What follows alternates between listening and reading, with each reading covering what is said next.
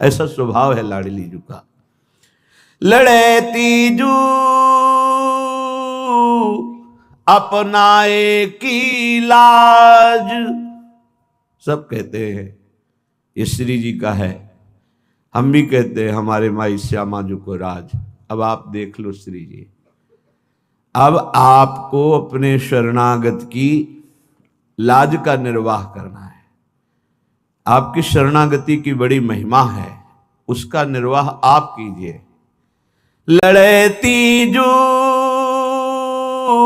अपनाए की लाज, करुणा करो हे कीर्ति नंदिनी, हे रसिकन की सिरताज, अपनाए की लाज। दीनन की सुधिलेहु स्वामिनी, तुम हो गरीब निवाज। दीनन की सुधिलेहु स्वामिनी, तुम हो गरीब निवाज। अली किशोरी ललित लड़ेती, देहु वृंदावन बास। लड़ेती देहु वृंदावन बास, अपनाए की लाज। श्री राधा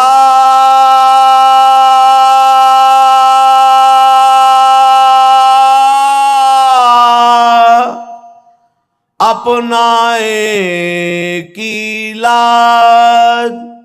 धन्य धन्य धन्य तेज इनके उपास हैं, धन्य धन्य धन्य तेज इनके उपास है। उपासक अपने आराध्य देव की अनन्य ममता को बहुत सुरक्षित रखे,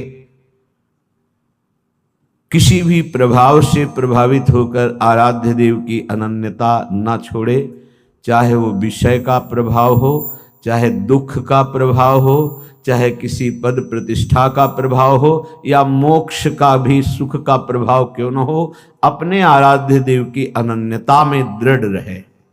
श्रीपाद प्रबोधानंद जी महाराज कह रहे, आपको जो वृंदावन का आश्रय और वास मिला है, ये बड़ी दुर्लभ वस्तु है। वेदांताः प्रतिपादयन्ति मुखतो नो चेतत्तः किं मम, मन्यन्ते न च शास्त्र गर्त पतिता दुस्तर्किणः किं ततः। नो चेत भागवतानुभूति पदवी यातस्ततः किं मम, स्वात्मा वज्र सहस्त्र विद्धि इव न स्पंदेत वृंदावनात्। वेदांत के ज्ञानी महापुरुष जन जो उपनिषद तत्वदर्शी हैं, वो मोक्ष सुख का वर्णन करते हैं, मोक्ष सुख की आकांक्षा करते हैं, मोक्ष सुख को प्राप्त होते हैं, होते रहें। आज आप सुनेंगे इनकी चर्चा थोड़ी सी समय मिलने पर, कितने उच्च कोटि के वेदांती हैं स्वयं। तब वो कह रहे हैं मुझे अब इसका प्रलोभन नहीं रहा, वेदांतदर्शी तत्वदर्शी महापुरुष जिस मोक्ष का वर्णन करते हैं, प्राप्त करने की साधना करते हैं, प्राप्त करते हैं, बने रहे। और जो शास्त्र के गड्ढे में गिर गए हैं और तर्क वितर्क करके एक दूसरे को परास्त करते रहे। यदि वो वृंदावन की महिमा के विषय में कुतर्क करते हैं, क्या होगा? केवल वृंदावन वास से ही सब हो जाएगा क्या? अरे क्या रखा है? तो उन अज्ञानियों की बातों से मेरे मन में कोई प्रभाव नहीं पड़ता। नोचेत भागवतानुभूति पदवी या तस्ततः किम, बड़े बड़े महान भगवत भक्त हैं, सबके चरणों में वंदना है, पर जो धाम प्रेमी नहीं है, इसी प्रिया प्रीतम के प्रेमी नहीं है, मैं उनका संग नहीं करना चाहूंगा। समझो अपने रसिक अनन्यता को।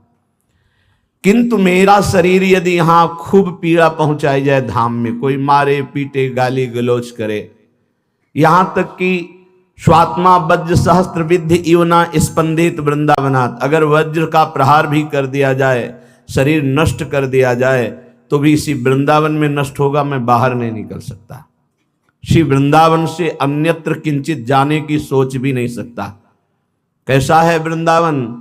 स्थूलम सूक्ष्मम कारणम ब्रह्मतुल्यम श्री वैकुंठ द्वारिका जन्मभूमि कृष्ण स्थायी गोष्ठ वृंदावनम तत् गोप्या क्रीडम धाम वृंदावनान्तः अत्याश्चर्या सर्वतोष्माद विचित्रा श्रीमद राधा कुंजवाटी चकास्ति आद्यो भावो यो विशुद्धोति पूर्णस तद्रूपा सा तादृशोन्मादि सर्वा। स्थूल से सूक्ष्म श्रेष्ठ है, सुखप्रद है। जैसे स्थूल मृत्युलोक तो सूक्ष्म है देवलोक, स्थूल पांचभौतिक शरीर तो इससे सूक्ष्म है अंतःकरण। सूक्ष्म से श्रेष्ठ है कारण ब्रह्मलोक स्वभाव, इससे श्रेष्ठ है तुरीय ब्रह्म। ब्रह्मलोक से भी श्रेष्ठ है तुरीय अवस्था, न जागृत न स्वप्न न सुषुप्ति न स्थूल न सूक्ष्म न कारण, वो ब्रह्म स्थिति। इससे भी श्रेष्ठ है वैकुंठ का सरस रस ऐश्वर्यमय। इससे भी श्रेष्ठ है द्वारिका का भगवान का अद्भुत अनुराग में वैभव संपन्न रस। इससे भी श्रेष्ठ है जन्मभूमि मथुरा, क्योंकि मथुरा नित्य कृष्ण को बास निस्दिन श्याम न छाड़त पास ताप सकल लीला कहे। हरि की नित्य उपस्थिति मथुरापुरी में वर्णन की गई है। और मथुरा से भी श्रेष्ठ है कृष्ण चंद्रजू जो सखाओं के साथ खेलते हैं, वो गोष्ठ वृंदावन। गोष्ठ वृंदावनम कृष्णस्याथो गोष्ठ वृंदावनम, उससे भी श्रेष्ठ है तद गोप्या क्रीडम धाम वृंदावनान्तः, गोपियों के साथ जो रास करते हैं प्रभु, वो वृंदावन श्रेष्ठ है। उससे भी श्रेष्ठ है अत्याश्चर्या सर्वतोष्माद विचित्रा श्रीमद राधा कुंजवाटी चकास्ती। जहां गिरिराज जी महाराज विराजमान हैं, ये गोपी वृंदावन के अंतर्गत। जो जिस वृंदावन में आप बैठे हैं, ये राधा निकुंज वाटी चकास्ती। आद्यो भावो यो विशुद्धोति पूर्णस्तद्रूपा सा तादृशोन्मादि सर्वा। ये केवल आद्य भाव का है। आद्य भाव कहते हैं श्रृंगार रस की चरम सीमा। श्रृंगार रस तो गोपी वृंदावन में भी है, पर ऐश्वर्य मिश्रित हो जाता है। रस तो गोष्ठ वृंदावन में भी है, पर ऐश्वर्य मिश्रित हो जाता है। इसमें ऐश्वर्य का प्रवेश नहीं, केवल माधुर्य ही माधुर्य। जैसे श्री भगवान सखाओं के साथ खेल खेल में अघासुर को मारना, बकासुर को मारना आदि आदि बहुत सी लीलाएं हैं। गोष्ठ वृंदावन में भगवान का ऐश्वर्य दिखाई देता है कि भगवान के सिवाय कोई नहीं कर सकता। गोपी वृंदावन में ही गोपियों के बीच में अंतर ध्यान हो जाना, ये ऐश्वर्य से ही है। लेकिन ये जो राधा निकुंज वाटी है, यहां किंचन मात्र भगवान की भगवत्ता का प्रवेश नहीं है, केवल प्रेम। आद्यो भावो यो विशुद्धोते, विशुद्ध महाश्रृंगार रस, जिसमें कोई भी ऐश्वर्य की मिलावट नहीं, अन्य की तो बात जाने दो। पूर्णस्तद्रूपा सा तादृशोन्मादि सर्वा, ये तद्रूपा है। प्रिया प्रीतम प्रेम स्वरूप तो वृंदावन प्रेम स्वरूप, ये भगवत स्वरूप है। प्रिया प्रीतम में और वृंदावन में इतना भी अंतर नहीं। तो आप वृंदावन वास कर रहे हैं, मानो प्रिया प्रीतम के समीप वास कर रहे हैं। वैसे तो भाव में वर्णन किया गया है, ब्रज 84 को श्री कृष्ण का साक्षात गोद स्थली है। जो ब्रज में वास कर रहे हैं, मानो श्री कृष्ण की गोद में वास कर रहे हैं। लेकिन श्रीधाम वृंदावन जो राधा निकुंज वाटी है, ये अति उन्माद प्रकट करने वाले प्रेम की स्थली। ये कोई साधना स्थली नहीं है, ये सिद्धों की स्थली भी नहीं, ये प्रेमियों की स्थली, रसिकों की भूमि है। ये रसिकों का रस क्षेत्र है। तत्रैवाविर्भावयद्रूप शोभा वैदग्ध्यान्योन्यानुरागाद्भुतौघौ नित्याभंग प्रोन्मदानंग रंगौ राधा कृष्णौ खेलतः स्वालिजुष्टौ अलिजुष्टौ स्वालिजुष्टौ। अपनी सखियों के साथ जहां प्रगट रूप से अद्भुत रूप, अद्भुत शोभा, अद्भुत चातुरी, अद्भुत रस, जहां ऐसी लीला हो रही है, ये है निकुंज वाटी वृंदावन, जो नित्य अभंग अनंग उन्मादकारी रस है, महाप्रेम रस है। यहां श्री प्रिया प्रीतम अपनी निज सखियों के साथ खेलते रहते हैं। यहां वास मिला तो मानो उपनिषद के ऊपर जो वेदों के ऊपर जो तत्व ज्ञान का सुख मोक्ष है उसको भी लघु कर देने वाला, शास्त्रों की जो साधनाएं हैं उसको भी लघु कर देने वाला, भगवान की जो भक्ति है उसमें भी चरम सीमा का महाप्रेम रस। तभी कहा न देवैर न ब्रह्मादेर न खलु हरि भक्तैर न सुहृदा। जहां प्रिया प्रीतम नित्य विहार कर रहे हैं यहाँ इनका किसी का प्रवेश नहीं है। स्थूल से श्रेष्ठ, सूक्ष्म से, कारण से, ब्रह्मपुरी से, वैकुंठ से, द्वारिका से, कृष्ण जन्मभूमि मथुरा से, गोष्ठ वृंदावन से, गोपी वृंदावन से श्रेष्ठ अत्याश्चर्या सर्वतोष्माद विचित्रा श्रीमद राधा कुंजवाटी चकास्ती। ये अत्यंत आश्चर्यमय महामहिम कि एक साधारण को भी असाधारण प्रिया प्रीतम के पास पहुंचा दे, ऐसी सामर्थ्य वाला वृंदावन है। इस वृंदावन का जिसको आश्रय मिला, वास मिला, लाडली जू की अपार कृपा है। अब अपने आराध्य देव के नाम रूप लीला धाम में जो अनन्य हो गया, मानो बाजी जीत गया, क्योंकि हमारे पक्ष में अलबेली सरकार श्री लाडली जो हैं, नागरी दास यही जन्म जितायो। ये बहुत सुंदर बात कही कि दोनों विध से हम जीत गए। हार गए तो जीत गए, जीत गए तो जीत है ही, हार गए तो भी हमारी जीत हो जाएगी। क्यों? हमारे पक्ष में महाकरुणामयी, जिनको कभी गुस्सा नहीं आती, ऐसी स्वामिनी जो है, ऐसी लाडली जो है, महाप्रभु चैतन्य देव जी मां करुणा करके जगन्नाथपुरी में विराजमान है। श्री पाद रघुनाथ दास जी गोस्वामी का पीछे आप चरित्र सुन रहे थे, उसके बीच का प्रसंग है कि इधर से वो तो चलने की प्रबल लालसा, और इधर जगन्नाथपुरी में महाप्रभु का बहुत यश फैल रहा था, और वो फैलते फैलते काशी पहुंचा यश। क्योंकि वो यश जैसे वायु प्रवाहित होती है, ऐसे बिस्तरे सब जग विमल कीरति, अद्भुत। तो जो कीर्तिमान जन है वो जब महत्पुरुषों की कीर्ति सुनते हैं तो एक दोष ऐसा है जिसको त्यागना बहुत कठिन कहा गया है। कंचन तजना सहज है, सहज तिया का ने, पर मान बड़ाई ईर्ष्या दुर्लभ तजना है। कोई स्त्री त्यागी हो सकता है, अर्थात काम भोग विजयी हो सकता है। कोई कंचन त्यागी हो सकता है, अर्थात वित्त तृष्णा पर विजय प्राप्त कर सकता है। पर ईर्ष्या का, प्रतिष्ठा का त्याग करना बहुत कठिन बात होती है। तो श्री पाद प्रबोधानंद जी जो वृंदावन में हिमामृत की रचना करने वाले हैं, इनका नाम था प्रकाशानंद जी महाराज। ये बहुत अद्भुत विद्वान, शास्त्रों के बड़े ज्ञानी। जब इन्होंने सुना कि सार्वभौम भट्टाचार्य जी एक थे, बहुत बड़े विद्वान थे वो, ऐसे एक बार कोई ग्रंथ सुना दो केवल, उनको कंठस्थ हो गया, तो उनकी भी बड़ी। तो जब उन्होंने ये सुना कि सार्वभौम भट्टाचार्य चैतन्य महाप्रभु के शरणागत हो गए, तब उनको असहनीय हो गया महाप्रभु का यश। कि एक दंडी सन्यासी जो कृष्ण कृष्ण कह के नृत्य करते हैं, कोई वेदांत चर्चा नहीं करते बैठ करके, कोई विद्वत सभा में नहीं बैठते हैं, और इतना बड़ा विद्वान सार्वभौम भट्टाचार्य उनके घुटने टेक करके शरणागत हो गए, पचा नहीं उनको, और यश तो फैल ही रहा था। सार्वभौम भट्टाचार्य की प्रतिभा को वो जानते थे, उनके पांडित्य को जानते थे। तो उन्हें आश्चर्य हुआ कि नवीन अवस्था का युवक, ये श्री कृष्ण चैतन्य सन्यासी कितना विद्वान है, कितना ज्ञानी होगा, ऐसा कैसे हो सकता है। सार्वभौम भट्टाचार्य शरणागत हो गए। यहां ज्ञान शरणागत नहीं करा रहा, यहां प्रेम करा रहा है, जो भगवान को भी अधीन कर, ये तो भगवान ही है। और ये सन्यासी वेदांत को कुछ समझ नहीं रहा है। क्या है प्रकाशानंद जी के हृदय में प्रश्न उठ रहा है। वो बड़ी अद्वैत वेदांत निष्ठा के पारंगत विद्वान प्रकाशानंद जी, पर कहीं न कहीं उनके हृदय में सरसता थी।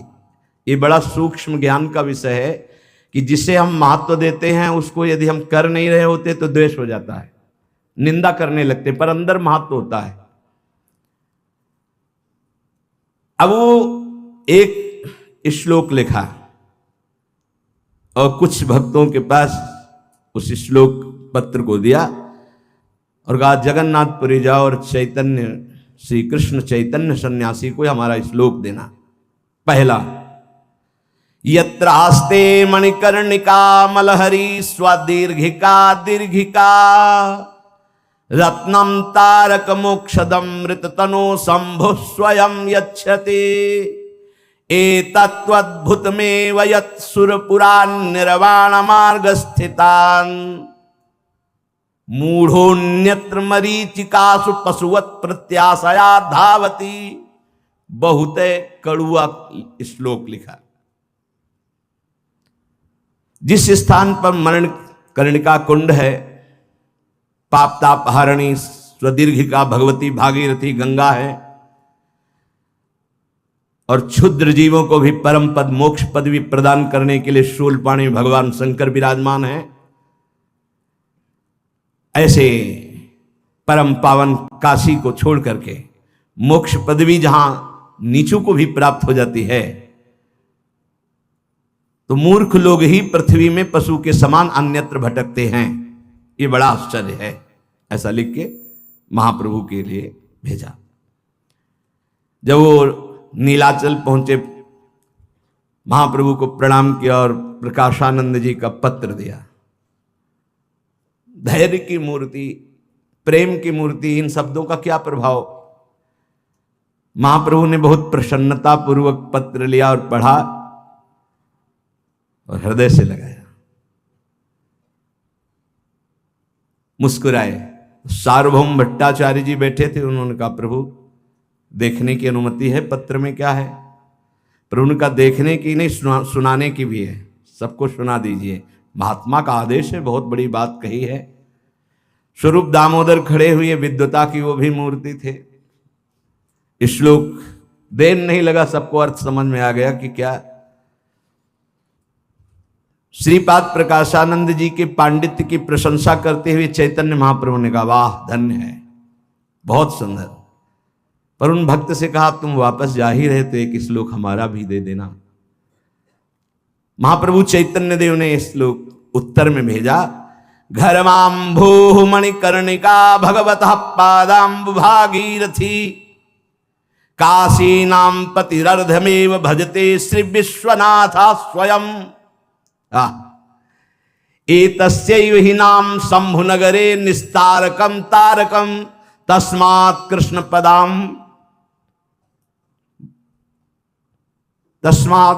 पदाम्बुजम भज सखे श्रीपाद निर्वाणदम। तुम जिस मणिकर्णिका की बात कर रहे हो, तो जिनके पसीने से उत्पन्न हुआ है मणिकर्णिका कुंड, जानते हो कौन है? श्री कृष्ण है। धर्मांभु मणिकर्णिका भगवता पादाम्ब भागीरथी। और जिन भगवती भागीरथी गंगा की महिमा तुमने लिखी, वो जानते हो कौन है? श्री कृष्ण के चरण धोवन चरणामृत, जिसे तुम्हारे महादेव सिर पर धारण करते हैं। काशीपति भगवान विश्वनाथ, जिनके आधे अंग से सामर्थ्यवान है। काशी नगरी में जो तारक मंत्र देते हो, हमारे श्री हरि का ही नाम है। जो माथे पे गंगा विराजमान की, उस श्री कृष्ण का चरणोदक है। और मोक्षाधिपति त्रिभुवन में श्री कृष्ण को कहा गया है, प्यारे श्री कृष्ण के चरणाम्भोज का चिंतन करो, उन्हीं के चरणारविंद का आश्रय लो, तुम्हारे हृदय में मोक्ष सुख भी लघु लगने लगेगा। महाप्रभु ने श्लोक भेजा। प्रकाशानंद स्वामी जी ने जब इस श्लोक पढ़ा, थोड़ी देर तो ऐसा लगा जैसे किसी ने झकझोर दिया पूरे हृदय को। फिर कहा हाँ हाँ विद्वान तो हैं ही ना, ऐसा अंदर के भाव को छुपाते हुए बाहर से। फिर एक श्लोक लिखा। महाप्रभु का एक नियम था कि जब सामने प्रसाद कह के रख दिया जाता था तो चाहे 25 सब्जी हो, 25 प्रकार का पदार्थ हो, पदार्थ ना देखकर प्रसाद भाव से पाते थे। और ये किसी गुप्त भक्त ने उनके बताया कि वो सन्यासी होकर 25 प्रकार का पदार्थ, क्योंकि महाप्रभु का ये था कि प्रसाद भगवत स्वरूप होता है और उसको तत्काल पाना चाहिए, बिना ये विचार के कि पकवान है कि कच्चा है कि पक्का, ये सब नहीं कि भाई हम तो अमुक अमुक पदार्थ हमें अनुकूल नहीं पड़ता, वहां नहीं, तत्काल थोड़ा थोड़ा सब कुछ प्रसाद है, भगवत स्वरूप। कल एक उपासक कह रहे थे, अच्छे वैष्णव हैं, कि जब हम कुछ पाते हैं तो हमारे अंदर भजन की तरंगें रुकने लगती है। तुम का कुछ क्यों पाते हो? निषेध है, कुछ नहीं पाना चाहिए। बोले जीने के लिए तो पाना है, तो प्रसाद क्यों नहीं पाते? बोले नहीं, वही प्रसाद तुमका कुछ क्यों बोले? आप उसे कुछ की तुलना में रख रहे हो भगवत प्रसाद को। अच्छा, प्रसाद पाने के बाद भजन की तरंगें बढ़ती कि घटती? तो यहां तक गले तक ठांस के क्यों पाओ? प्रसाद है, अल्प पाओ, देखो भजन बनता है कि नहीं बनता। जब प्रसाद मिले तो बिना विलंब किए पहले उसे मुख में डालना चाहिए, यह सिद्धांत है। प्रसाद रख दो, थोड़ी देर बाद यह अपमान है प्रसाद, लाओ लाओ माथे पे लगाओ, पहले प्रणाम करो और किनका मुख में, अगर बिल्कुल समय नहीं तो किनका मुख में डालो, बाद में भरपेट पाना, अभी पहले मुख में डालो। प्रसाद का तत्काल सम्मान, जो महाप्रसाद का सम्मान करते हैं उनको भगवत प्राप्ति होती है। महाप्रसाद का, चरणामृत का, वैष्णव का, श्री विग्रह का, गुरुमंत्र का, ये बिल्कुल हृदय में रख लो, भगवत स्वरूप है, इन पर कभी संशय नहीं हो। इसलिए प्रसाद में बढ़िया या रूखा सूखा ये नहीं देखा जाता। जो प्रसाद में प्रभु सब थोड़ा थोड़ा प्रसाद रूप में पाते थे। सन्यास नियम को जानने वाले प्रकाशानंद जी, उनको जब ये पता चला तब उनको लगा कि सन्यासी को तो भिक्षान्न पाना चाहिए, वो भी सूखा। ये 25 प्रकार की सब्जी, ये सब विविध प्रकार के रसों का जो पृथक पृथक स्वाद ले, अच्छा उनको रस दिखाई दे रहे, महाप्रभु प्रसाद पा रहे। अब भक्तजन प्यार से ऐसे समर्पित करते, थोड़ा थोड़ा महाप्रभु पा लेते हैं। 50 भक्त ऐसे कि महाप्रभु हमारा किनका पावे। जैसे गौड़ देश से सब जगन्नाथपुरी जाते तो कई लोग एक साथ निमंत्रण देते कि महाप्रभु पावे, महाप्रभु पाते। तो 25 प्रकार की भोग सामग्री जो प्रभु को भोग लगाई गई वो, और जगन्नाथ जी का भोग तो आता ही, प्रसाद आता ही। अब वो सन्यास धर्म के अनुसार मस्तिष्क प्रधान प्रकाशानंद जी को अवसर मिल गया। अब वो क्या जाने कि महाप्रभु की स्थिति क्या है। स्थिति में जो पहुंचे हुए महापुरुष हैं वो तो अवतार हैं, उनके ऊपर साधनात्मक नियम नहीं देखे जाते कि साधक को अगर साधना देखनी है तो भगवत प्राप्ति की साधना करने वाले की देखो। जो भगवत प्राप्त हो गए वहां साधना नहीं, वहां स्थिति होती है। अब वो स्थिति से बालवत विचरण करते हैं, तुम कैसे अंदाज लगा पाओगे।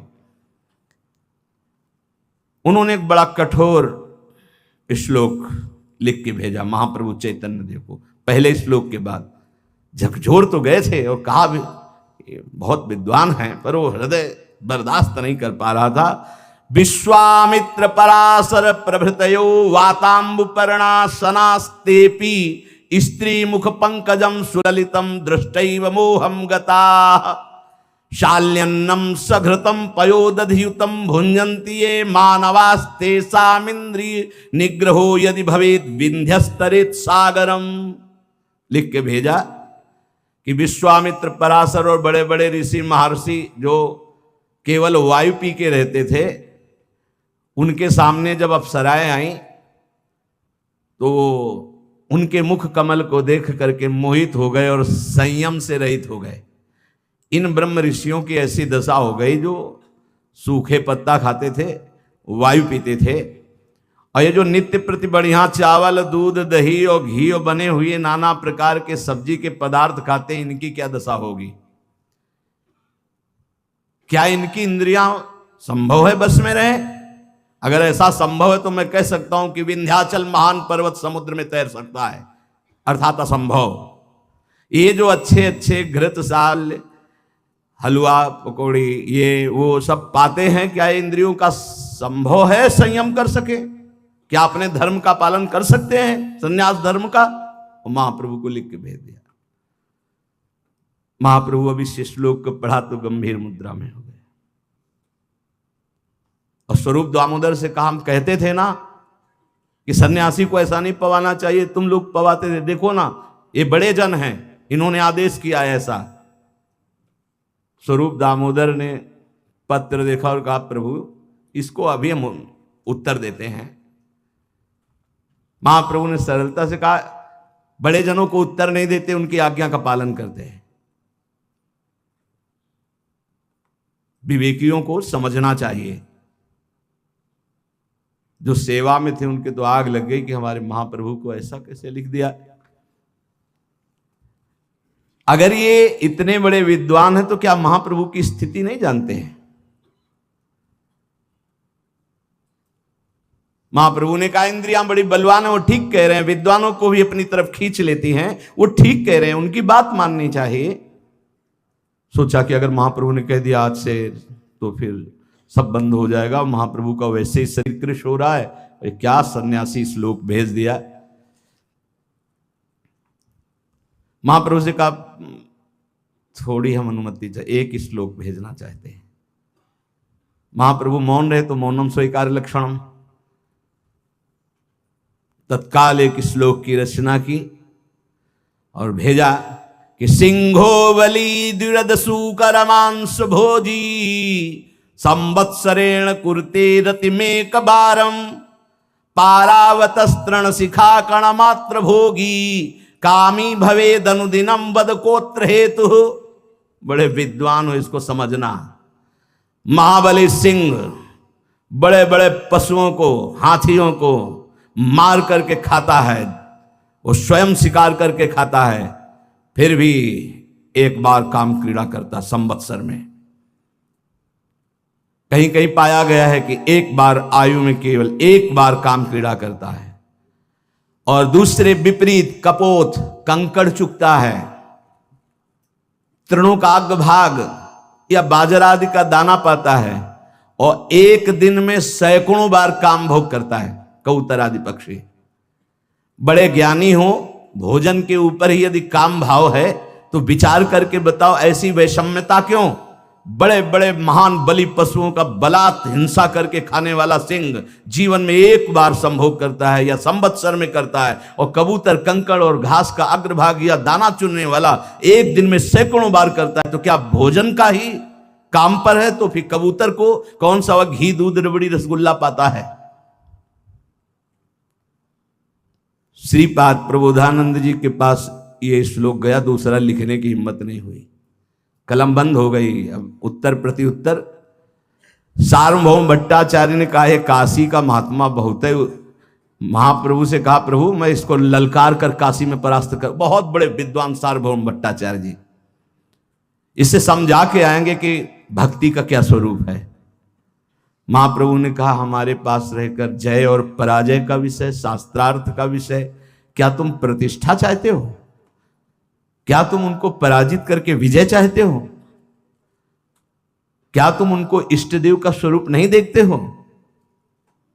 हाथ जोड़ करके कहा, प्रभु मैं इष्ट देव मान रहा हूं, लेकिन हमारे इष्ट देव से बार बार अभद्र व्यवहार हम जा करके नहीं। सार्वभौम स्वभाव का परिवर्तन ही विद्वता है। क्या महाप्रभु की सहनशीलता! थोड़ा सा शास्त्र पढ़ लिए तो तुम उनको परास्त करने की सोचने। भक्त का ऐसा स्वभाव नहीं, भक्ति में आवेश को दबाया जाता है। महाप्रभु के कहने पर फिर उन्होंने कहा, प्रभु काशी तो जाएंगे और इसको मजा चखा के आएंगे कि विद्वता किसे कहते हैं। बार बार ये श्लोक भेजते हैं। महाप्रभु ने मुस्कुरा दिया, मानो आज्ञा मिल गई। कहा नहीं स्पष्ट जाओ, और मुस्कुरा दिया। मुस्कुरा इसलिए दिया कि तुम समझते हो कि प्रकाशानंद साधारण विद्वान है।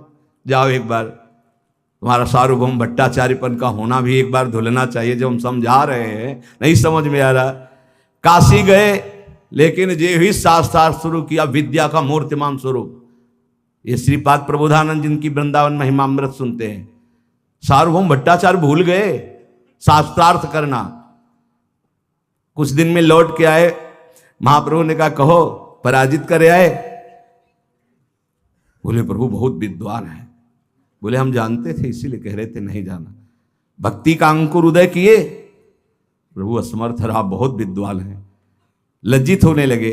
महाप्रभु ने कहा नहीं नहीं, लज्जित होने की जरूरत नहीं, क्योंकि तुमने स्वयं के अभिमान से उनको परास्त करने की नहीं सोची थी। कोई भी अपने गुरु की अवहेलना नहीं सह सकता, इसलिए तुम वहां गए थे। तुम्हारा जाना सम्माननीय है, पर वो बहुत अद्भुत विद्वान है, उसको ऐसे नहीं परास्त किया जा सकता, विद्वता से नहीं, प्रेम से। महाप्रभु के इन बातों का बड़ा प्रभाव पड़ा। सार्वभौम भट्टाचार्य आगे कभी किसी को तर्क में परास्त करने की सोच भी नहीं रखी। ये होना ही चाहिए, विद्वता हो, पर गुरुजनों के लिए विद्वता का प्रयोग करना निषेध नहीं है। जैसे पर यही वैष्णव पद्धति है कि वो इसे भी स्वीकार नहीं करते। जैसे रूप जी को एक दिग्विजयी विद्वान आया और कहा या तो शास्त्रार्थ करो या पराजय लिखो, तो उन्होंने पराजय लिख दिया। जब उनके शिष्य श्री जीव गोस्वामी ने सुना तो उनका मैं तो एक छोटा सा दास हूं, मेरे से शास्त्रार्थ करके देख, तू मेरे गुरु को पराजित कर, एक क्षण में परास्त कर दिया। और जब ये बात रूप जी ने सुना तो जीव गोस्वामी का त्याग कर दिया। क्यों आनंदित हो रहा था विजय में, तुमने क्यों उसे दुख दिया? कैसा महापुरुषों का हृदय होता है। इधर श्री पूज्य रघुनाथ दास गोस्वामी जी, समय बड़ा बलवान होता है, निकलने का अवसर ही नहीं मिलता था।